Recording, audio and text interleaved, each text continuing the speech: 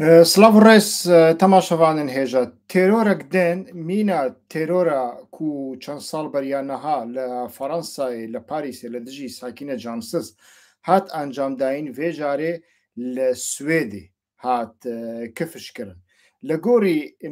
mêdyaya Swêdê Aftonbladet kesekî 47 salî ku berê alîgir an jî endamê pekekê bûye û piştra jî ji kar vekişiyaye an jî dev ji kar berdaye ji aliyê şeş kesan ve hatiye terorkirin û ew şeş kes jî teelîmat emir ji Tirkiyeyê ve girtine. Li gorî rapora ku ji aliyê Ana Sjogren hatiye amadekirin li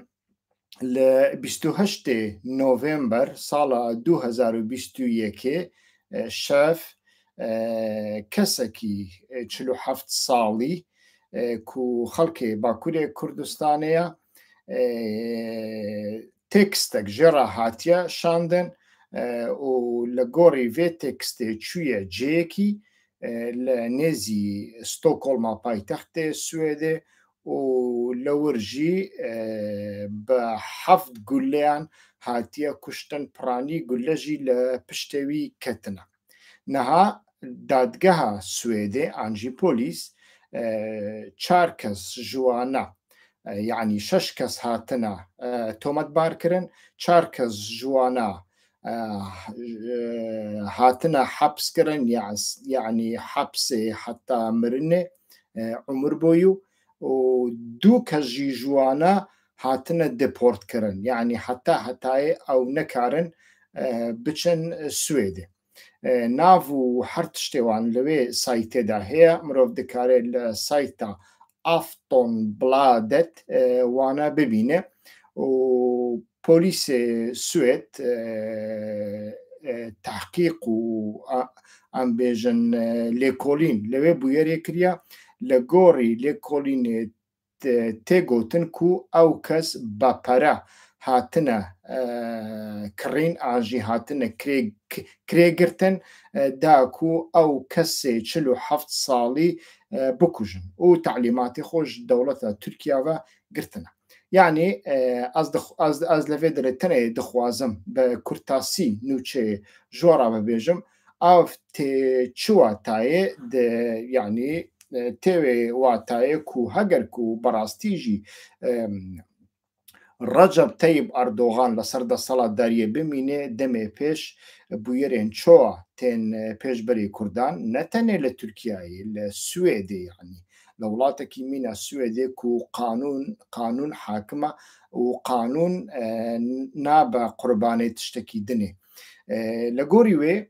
mirov dikare bibêje bi rastî jî gelek kar û berpirsyarîtî dikewe ser derdorên demokratîk û demokratên Kurdan yek ew e van bûyerane bi rastî jî dokûment bikin û dewleta Tirkî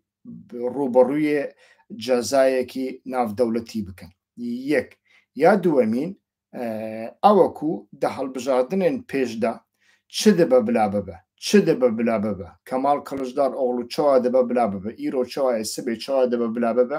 an jî partiya wî an jî kesên ku deng didin wî yani havpeymanên wî çi dibin bila bibin divê Kurd karekî bikin ku Erdogan biçe û dengê xwe bidin Kemal Kılıçdaroğlu. Ew dû berpirsyarîtî bi rastî pir giring in ji bo demê pêş de. Heger ku ew newên pêkanîn bi rastî ne tenê li hemberî alîgirên PKK yani ew polîs bi xwe dibêje ew kes ji PKK veqetiye. Kesên ku ji PKK veqetiyane, kesên ku qet tekiliyên xwe bi PKK ranîne, kesên ku nêzî barzanîne jî ew demê pêş dê bibin hedef. Mirov gerek vê yekê baş bizane. Loma jî berpirsyariyetiya Kurdan ku heft roj ji bo hilbijartinê mane gelekî giring e û yek jî ew e ku wek min got دەنگێ خۆ بدەن کەمال کڵژدار ئۆغڵ و کەسێن و دەنگ نەدانە کەسێن و ناڕازینە کەسێن و ژە هەدە پێوژە جەها پێژی ناڕازینە دەوێ ئەو مەسەلە وەک مەسلەیەکی استراتیژی و حیاتی ببینن یعنی چوونە بچوونە ئەردۆغان بێگومان گەلک تشت هەر تشت نایەن گۆهرتن هەر کەس vەیەکێ دەزانێت لێ بچوونە ئەردۆغان